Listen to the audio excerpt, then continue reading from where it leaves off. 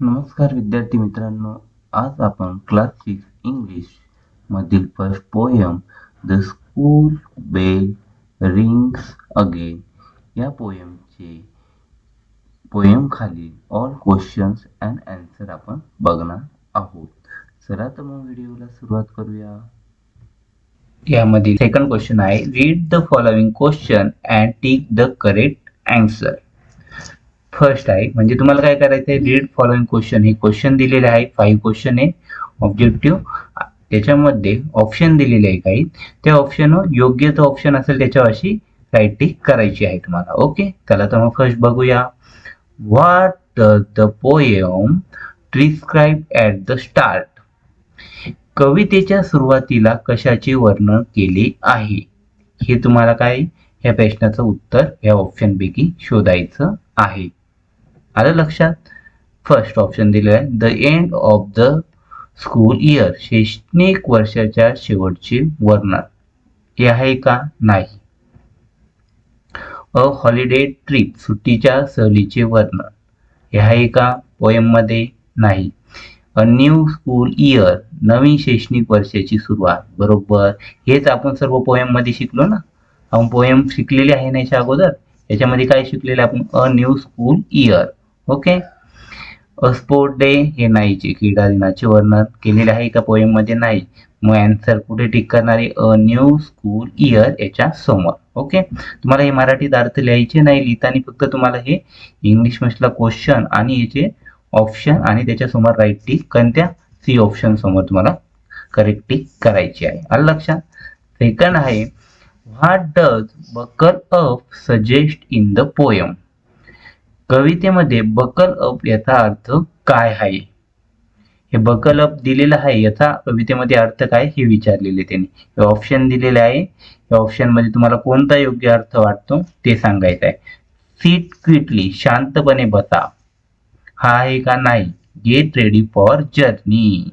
हा अर्थ त्याचा आहे, नवीन प्रवासासाठी तयार व्हा. म्हणजे नवीन शैक्षणिक वर्ष सुरू होत आहे, त्याच्यासाठी तुम्ही तयार व्हायचं आहे. आलं लक्षात. हा ऑप्शन करेक्ट आहे. तरी आपण खालचे दोन ऑप्शन पण बघून घ्या. Where a uniform. युनिफॉर्म घाला. Be careful. हे दोन्ही ऑप्शन आहे का? काळजीपूर्वक वागा वगैरे. हे नाही. Get ready for a journey हे बकलअपचा याचा अर्थ आहे. नेक्स्ट स्लाइड बघू द्या आपण. थर्ड आहे question. Third question, which grade are the student in. विद्यार्थी कोणत्या इयत्तेत आहे? कोणत्या इयत्तेत आहे तुम्ही आता? ग्रेड 6. बरोबर. याचा आन्सर तुम्हाला लगेच कळालं पाहिजे. ग्रेड 6 इयत्ता 6वी.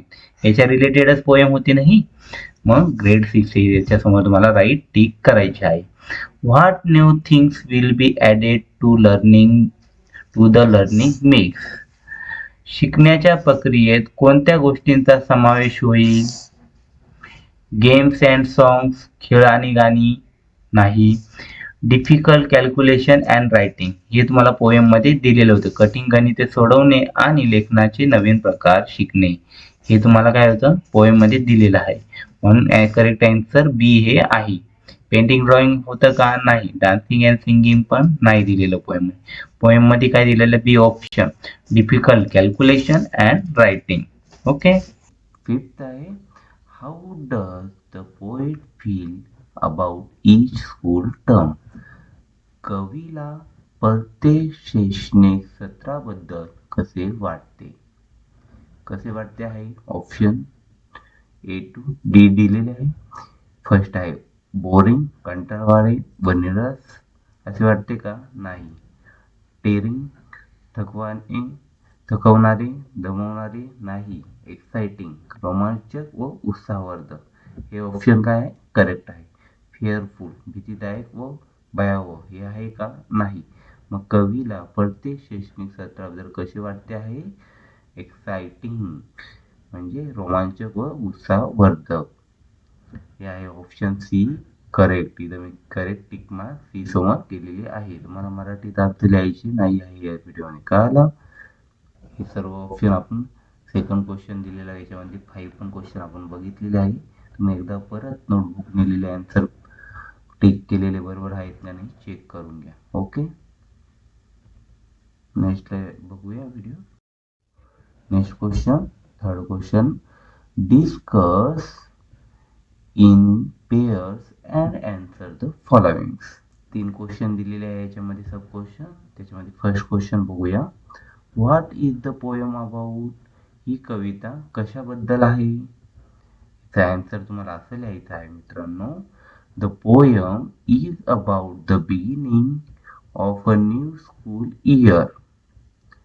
ही कविता नवीन शैक्षणिक वर्षाच्या सुरुवातीबद्दल आहे. And the excitement of learning new things. नवीन गोष्टी शिकवण्याच्या उत्साहाबद्दल आहे. याचा अर्थ काय? The excitement of the learning new things, नवीन गोष्टी शिकण्याच्या उत्साहाबद्दल आहे. आलं लक्षात? ही पोएम काय सांगते तुम्हाला? Second question, how does the poet describe each school term? कवी प्रत्येक शैक्षणिक सत्राचे वर्णन कसे करतो? तर याचा आन्सर आपल्याला लिहायचा आहे मित्रांनो. The poet describe each school term as exciting. कवी प्रत्येक सत्र रोमांचक and full of new learning experience आणि नवीन शिकण्याच्या अनुभवांनी भरलेले असल्याचे सांगतो. हे याचं उत्तर आहे. Third question, how was you first day in school?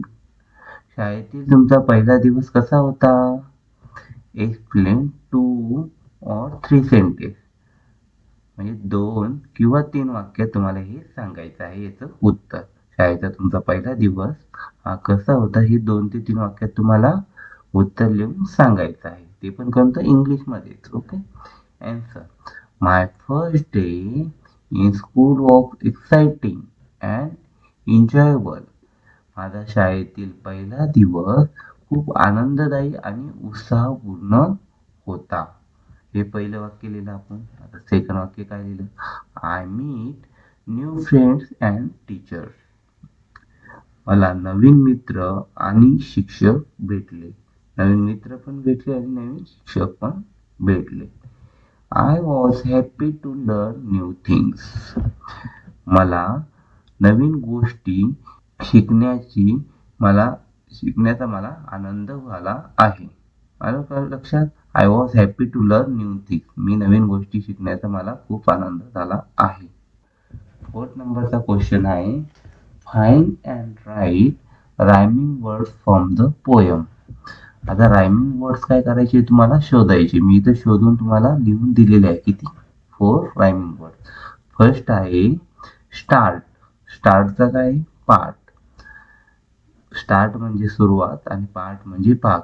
याच्यामध्ये बघा, ART आणि ART हे काय? सेम आलेलं आहे. स्टार्ट आणि पार्ट. ओके. म्हणजे हा तुमचा टायमिंग वर्ड झालेला आहे. सेकंड, गो आणि no.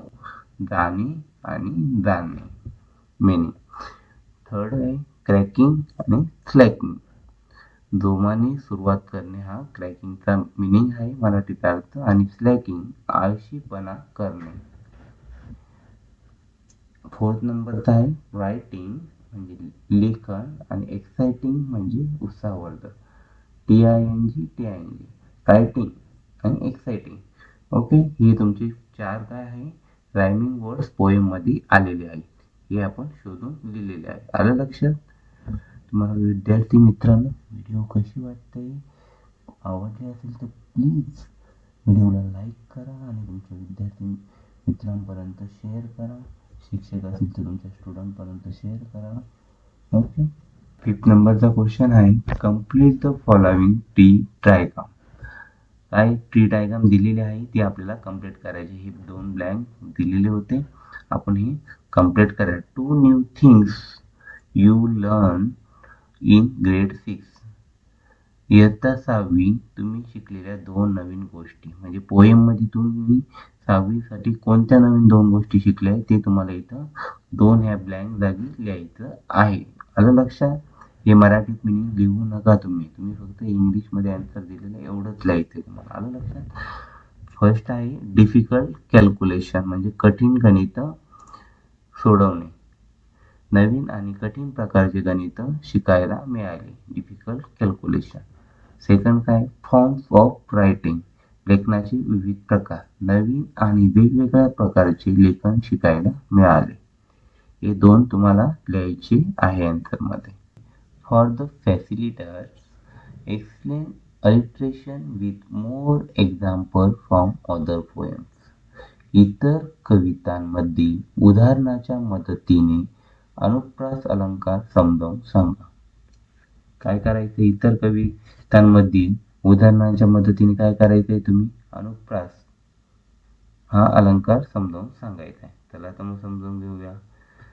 Alliteration is the figure of speech in which same beginning consonant sound is repeated in nearby words. अनुप्रास अलंकार म्हणजे जवळच्या शब्दामध्ये एकाच सुरुवातीच्या व्यंजनांचा किंवा ध्वनीचा पुनरुच्चार होणे म्हणजे काय, अलिट्रेशन. म्हणजे तुम्हाला काय हे डेफिनेशन मध्ये काय, हे तुम्हाला लिहायचं नाहीये, तुम्हाला फक्त एक्झाम्पल लिहायचे, पण मी हे तुम्हाला समजण्यासाठी दिलेलं आहे. आलं लक्षात. तुम्हाला उत्तरामध्ये आन्सरमध्ये 1, 2, 3, 4 आणि 5 हेच लिहायचं आहे. आलं लक्षात. आणि ते पण इंग्लिश मधलं, ते रिपीटेड साऊंड हे लिहायचंय आणि मराठीत अर्थ हे लिहायचे नाही आहे. Okay. First, Peter Piper pick a pick pickled peppers. हे बघ, पी मी हायलाइट केलेलं आहे, म्हणजे रिपीटेड साऊंड काय झालेला आहे, पी ध्वनीचा काय पुनरुच्चार झालेला आहे, रिपीटेड झालेला आहे. सेकंड आहे, शी cells Seychelles by the seashore. Repeated sound काय झालेला आहे, यस. थर्ड, बिझी बदलिंग बीज. याच्यामध्ये काय, बी बी बी हे रिपीटेड साऊंड झालेला आहे. फोर्थ मध्ये, वाईल्ड विंड्स विस्टल. रिपीटेड काय झालेलं आहे, डब्ल्यू डब्ल्यू. फिफ्थ मध्ये, टिनी टर्टल्स टॉल टुगेदर. याच्यामध्ये काय झालेलं आहे, टी आणि टी या दोन, टीनी आणि टॉल्क मध्ये टी टी काय झालेला आहे, रिपीटेड साऊंड झालेला आहे. क्वेश्चन नंबर 6 आहे, find more examples of alliteration from the poem. अलिस्ट्रेशनचा मीनिंग काय आहे, means repetition of the same beginning consonant sound in nearby words. म्हणजे जवळच्या शब्दामध्ये एकाच व्यंजनाचा किंवा ध्वनीचा पुनरुच्चार होणे. पुनरुच्चार होत असेल एखाद्या ध्वनीचा म्हणजे आवाजाचा, एखाद्या लेटरचा, तो आपल्याला याच्यामध्ये शोधून लिहायचा आहे. का लक्षात. ते बघा, मी इथे पण दिलेलं आहे, इथे पण तुम्हाला मिनिंग लिहून दिलेलं आहे. Repeated sound. अलिट्रेशन म्हणजे काय, जवळच्या शब्दामध्ये व डब्ल्यू या ध्वनीचा पुनरुच्चार झाला आहे. अशी वेगवेगळे काय, विच म्हणजे काय, विच वी विल, याच्यामध्ये काय होतं, डब्ल्यू हा रिपीटेड पुनरुच्चार झालेला आहे, त्याच्यामुळे काय, डब्ल्यू हा अलिट्रेशन लेटर आहे. तसेच मी पाच एक्झाम्पल दिलेले आहे, सर्व बघूया स्टेप वाईज. फर्स्ट आहे, brand new start. Repeated sound काय, यन, ब्रँड, यांचा उच्चार होतोय बघा. अगदी नवीन सुरुवात. ब्रँड न्यू स्टार्टचा अर्थ काय, अगदी नवीन सुरुवात. अलिस्ट्रेशन म्हणजे काय, जवळच्या शब्दामध्ये प न यन या ध्वनीचा पुनरुच्चार झाला आहे. याच्यामध्ये कशाचा, यन या ध्वनीचा पुनरुच्चार झालेला आहे. बक्कलअप, बी बी याचा काय झालेला आहे, रिपीटेड साऊंड म्हणून उल्लेख झालेला आहे.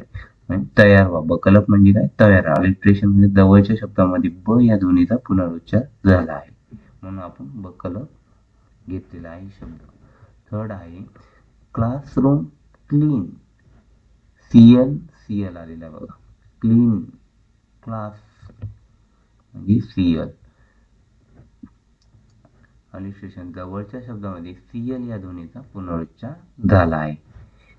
4 नंबरचा, गेट क्रॅकिंग. रिपीटेड साऊंड काय, गेट, क्रॅकिंग, सी आणि केचा. गेट क्रॅकिंग म्हणजे काय, जोमाने कामाला लागा. अलिट्रेशन जवळच्या शब्दामध्ये क, सी ऑब्लिक के या ध्वनीचा पुनरुच्चार झाला आहे. 5th नंबर आहे, which we will. Repeated sound काय, डब्ल्यू, विच विल, मराठीत अर्थ काय त्याचा, जे आपण करू. अलिस्ट्रेशन म्हणजे काय, जवळच्या शब्दामध्ये डब्ल्यू या ध्वनीचा पुनरुच्चार झाला आहे. आलं लक्षात? अलिस्ट्रेशन म्हणजे काय करायचं तुम्हाला समजलं असेल तर आपण नेक्स्ट क्वेश्चन बघूया. फॉर द फॅसिलिटर्स, याच्यामध्ये काय, ask the learners to find more poems related to school. काय करायचे, विद्यार्थ्यांनी पोएम शोधायचे आहे शाळेत संबंधित. From the school library or e library. विद्यार्थ्यांना शाळेच्या ग्रंथालयातून किंवा ई ग्रंथालयातून शाळेशी संबंधित आणखी कविता शोधण्यास सांगा. आपल्या लक्षात येतं, तुम्ही हे स्वतः शोधायचं आहे. हे मी शिक्षकांसाठी किंवा पॅरेंट्स असतील त्यांच्यासाठी हेच आन्सर देत आहे. आलं लक्षात? हे स्टुडंट तुम्ही पाहत असाल तर हे तुम्ही स्वतःहून याचा आन्सर लिहायचा आहे. विद्यार्थ्यांनी शाळेच्या ग्रंथालयात किंवा ई ग्रंथालयात शाळेच्या संबंधित आणखी कविता शोधून वाचाव्यात. नंतर फर्स्ट आहे माय स्कूल, माझी शाळा. School days second. Example of poems. कोणकोणत्या पोएम्स आहे, my school, school days, back to school, the school boys, आणि फिफ्थ आहे अवर क्लासरूम. या पोएम्स एक्झाम्पल म्हणून मी दिलेले आहे. यामुळे तुम्हाला काय होणार आहे, reading different school poem improve vocabulary. शब्दसंग्रह तुमचा वाढणार आहे वाचल्यामुळे. रीडिंग स्किल, वाचन कौशल्य तुमचं इम्प्रूव्ह होणार आहे. आणि क्रिएटिव्हिटी, सर्जनशीलता पण वाढणार आहे. Thanks for watching video. The school bell rings again, standard 6 English बालभारतीची आपण ही पोयम अगदी सोप्या पद्धतीने एक्सप्लेनेशन पण बघितलेलं आहे अगोदरच्या व्हिडिओमध्ये, आणि या व्हिडिओमध्ये क्वेश्चन आन्सर पण बघितलेले आहे.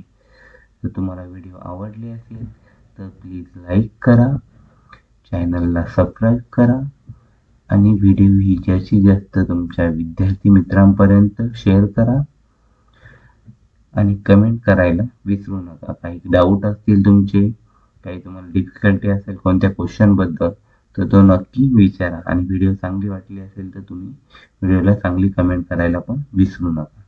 Thanks for watching. Bye bye.